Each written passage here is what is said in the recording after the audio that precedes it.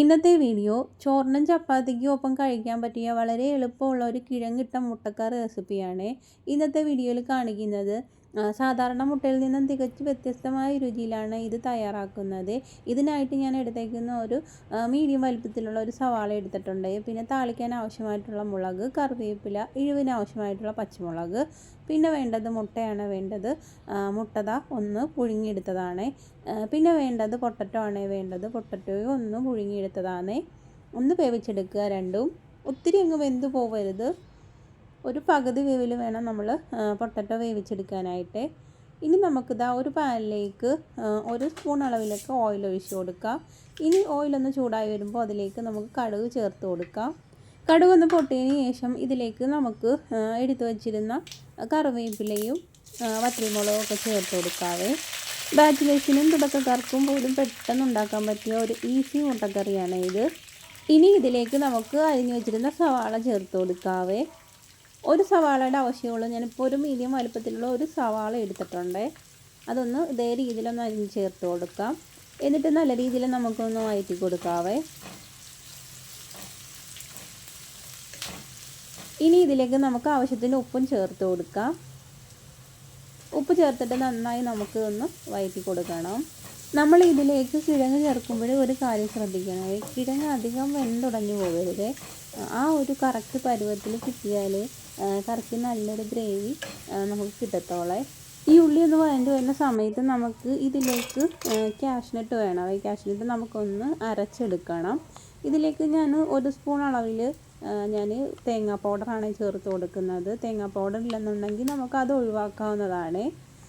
Cashew nut മാത്രം നമുക്കിതിലേക്ക് ചേർത്ത് കൊടുത്താൽ മതി. എന്നിട്ട് ഒരല്പം വെള്ളവും കൂടി ചേർത്തൊന്ന് അരച്ചെടുക്കാം. അഥവാ നമുക്ക് കാഷ്നട്ട് കുറവാണെന്നുണ്ടെങ്കിൽ കുറച്ച് തേങ്ങാപ്പാൽ ഒഴിച്ച് നമുക്ക് ആ കാഷ്നട്ട് ഒന്ന് അരച്ചെടുക്കാവുന്നതാണ്. ഇതാ ഈ രീതിയിൽ വേണം നമുക്കൊന്ന് അരച്ചെടുക്കാം. നല്ല ഫൈൻ പേസ്റ്റായിട്ട് തന്നെ അരച്ചെടുക്കണമേ.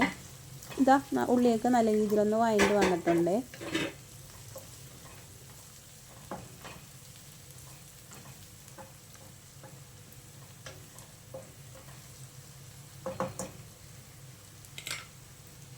ഇനി ഇതിലേക്ക് നമുക്ക് പൊടികൾ ചേർത്ത് കൊടുക്കുക. ഒരു 1/4 ടീസ്പൂൺ അളവിൽ മഞ്ഞൾപ്പൊടി ചേർത്ത് കൊടുക്കുന്നുണ്ട്. പിന്നെ ഇതിലേക്ക് ചേർത്ത് കൊടുക്കുന്നത് കുരുമുളക് പൊടിയാണ് ചേർത്ത് കൊടുക്കുന്നത്. അതും ഒരു 1/4 ടീസ്പൂൺ അളവിൽ കുരുമുളക് പൊടി ചേർത്ത് കൊടുക്കുന്നുണ്ട്. പിന്നെ ഇതിലേക്ക് വേണ്ടത് വലിയ ജീരകത്തിൻ്റെ പൊടിയാണ്. അതും ഒരു 1/4 ടീസ്പൂൺ അളവിൽ. പിന്നെ വേണ്ടത് ഗരം മസാലയാണ്. അതും ഒരു 1/4 ടീസ്പൂൺ അളവിൽ. പിന്നെ 1/4 ടീസ്പൂൺ അളവിൽ ഞാൻ മല്ലിപ്പൊടി ചേർത്ത് കൊടുക്കുന്നുണ്ട്. ഒരു 1/4 ടീസ്പൂൺ അളവിൽ മാത്രം മതി മല്ലിപ്പൊടി. എന്നിട്ട് നല്ല രീതിയിൽ നമുക്കൊന്ന് വഴറ്റി കൊടുക്കാവേ. അങ്ങനെ നല്ല രീതിയിൽ വഴറ്റി എടുത്തിട്ടുണ്ട്. ഇനി ഇതിലേക്ക് നമ്മൾ വേവിച്ച് വെച്ചിരുന്ന ഉരുളക്കിഴങ്ങ് കൂടെ ചേർത്ത് കൊടുക്കണേ. നമ്മൾ ആ കിഴങ്ങ് വേവിക്കാൻ വെച്ചപ്പോൾ കുറച്ച് വെള്ളവും കാണും. ആ വെള്ളം ഉൾപ്പെടെ വേണം നമ്മൾ ആ കിഴങ്ങ് വെച്ച വെള്ളം ഉൾപ്പെടെ വേണം ഇതിലേക്ക് ഒഴിച്ചു കൊടുക്കാനായിട്ട്. എന്നിട്ട് നമ്മൾ അരച്ച് വെച്ചിരുന്ന കാഷ്നട്ട് അരച്ച് വെച്ചിരുന്ന ആ ഒരു അരപ്പും കൂടെ ചേർത്ത് കൊടുക്കണേ.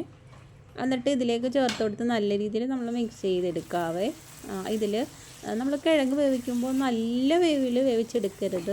ഉടഞ്ഞു പോകും. ഉടഞ്ഞു പോയി കഴിഞ്ഞാൽ നമ്മുടെ അങ്ങനെ വരുമ്പോൾ ആ ഗ്രേവി ഭയങ്കരമായിട്ട് കട്ടിയായി പോവുക. അതുകൊണ്ട് കിഴങ്ങ് നല്ല രീതിയിൽ വേവിച്ചെടുക്കരുത്. വെന്ത് ഉടഞ്ഞു പോകരുത്. ഇനി ഇതിലേക്ക് നമുക്ക് ആവശ്യത്തിന് വെള്ളവും കൂടെ ചേർത്ത് കൊടുക്കാവേ. ഈ ഒരു മുട്ടക്കറി വെക്കുമ്പോഴും നമ്മൾ പ്രത്യേകം ശ്രദ്ധിക്കേണ്ട കാര്യം തന്നെയാണ് നമ്മൾ ഈ കിഴങ്ങ് വേവിച്ചതിൽ ചേർത്ത് കൊടുക്കുന്നത്. കിഴങ്ങ് നല്ല രീതിയിൽ വേവിച്ച് ഉടഞ്ഞു പോകുന്ന രീതിയിൽ നമ്മൾ ചേർത്ത് കൊടുത്താൽ നമ്മുടെ മുട്ടക്കറി ഒത്തിരി ആ ഗ്രേവി കട്ടിയായി പോവേ. അന്നേരം നമ്മുടെ മുട്ടക്കറി എന്ന് പറയുമ്പോൾ ഒരു നല്ലൊരു ഗ്രേവി നമുക്ക് കിട്ടുവേ. അന്നേരം ഈ പറഞ്ഞ പോലെ കിഴങ്ങ് വെന്ത് കഴിഞ്ഞാൽ ആ ഒരു ഗ്രേവി ഇപ്പം തന്നെ കണ്ടില്ലേ, കറക്റ്റ് വേവിൽ നമ്മൾ ആ ഉരുളക്കിഴങ്ങ് എടുത്തേക്കുന്നതുകൊണ്ടാണ് ഈ ഒരു പരുവത്തിൽ നമുക്ക് കിട്ടിയേക്കുന്നത്. ഈ ഒരു പരുവത്തിൽ വേണം നമ്മൾ കിഴങ്ങും വേവിച്ചെടുക്കേണ്ടത്. എങ്കിൽ മാത്രമേ ആ ഗ്രേവി നല്ല രീതിയിൽ തന്നെ നമുക്ക് കിട്ടത്തോളെ. ഇനി ഇതിലേക്ക് നമുക്ക് പുഴുങ്ങി വെച്ചിരുന്ന മുട്ടയും കൂടെ ചേർത്ത് കൊടുക്കാവേ.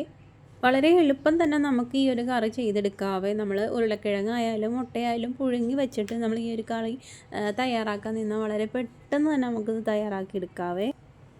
അങ്ങനെ മുട്ടയെല്ലാം ചേർത്ത് കൊടുത്തിട്ട് നല്ല രീതിയിൽ നമുക്കൊന്ന് മിക്സ് ചെയ്ത് കൊടുക്കുക. ആവശ്യത്തിന് ഉപ്പും നമുക്കിതിലേക്ക് നോക്കണം. ഉപ്പ് കുറവുണ്ടെങ്കിൽ ഉപ്പ് ഈ സമയത്ത് നമുക്ക് ചേർത്ത് കൊടുക്കണവേ. കറി ഒത്തിരി വെട്ടി തിളപ്പിക്കേണ്ട. ചെറിയൊരു ഉള്ളിതള വന്നു കഴിഞ്ഞാൽ തീ ഓഫ് ചെയ്യാവുന്നതാണ്. അങ്ങനെ നമ്മുടെ കറിയൊക്കെ ഒരു ഉള്ളിതള വന്നിട്ടുണ്ട്. ഇനി നമുക്കിത് ഓഫ് ചെയ്ത് നമുക്കിതൊരു ബൗളിലേക്ക് മാറ്റാവുന്നതാണ്. നമ്മൾ ഈ ഒരു കറിയിലേക്ക് കാഷ്നട്ടാണ് അരച്ച് ചേർത്ത് കൊടുത്തേക്കുന്നത്. അതുകൊണ്ട് തന്നെ നല്ലൊരു ടേസ്റ്റാണ് നമ്മുടെ കറിക്ക്. ഈ ഒരു രീതിയിൽ നിങ്ങൾ ഇതുവരെ മുട്ടക്കറി വെച്ചിട്ടില്ലെങ്കിൽ തീർച്ചയായും ഒന്ന് ട്രൈ ചെയ്ത് നോക്കണേ. അങ്ങനെ നമ്മുടെ ടേസ്റ്റി ആയിട്ടുള്ള കിഴങ്ങിട്ട മുട്ടക്കറി ഇവിടെ റെഡി ആയിട്ടുണ്ട്. കാണുമ്പോൾ തന്നെ കഴിക്കാൻ തോന്നില്ലേ? ഇത് ബാച്ചിലേഴ്സിനും തുടക്കക്കാർക്കും ഒക്കെ ധൈര്യമായിട്ട് ഉണ്ടാക്കാൻ പറ്റിയ ഒരു ഈസി റെസിപ്പിയാണ് ഇത്. നിങ്ങളിതൊന്ന് ട്രൈ ചെയ്തിട്ട് നിങ്ങളുടെ അഭിപ്രായം താഴെ കമൻറ്റ് ബോക്സിൽ അറിയിക്കണേ. വീഡിയോ ഇഷ്ടമായാൽ ലൈക്ക് ചെയ്യാനും അതുപോലെ തന്നെ ചാനലൊന്ന് സബ്സ്ക്രൈബ് ചെയ്യാനും മറക്കല്ലേ. അടുത്ത നല്ലൊരു വീഡിയോയിൽ കാണാം.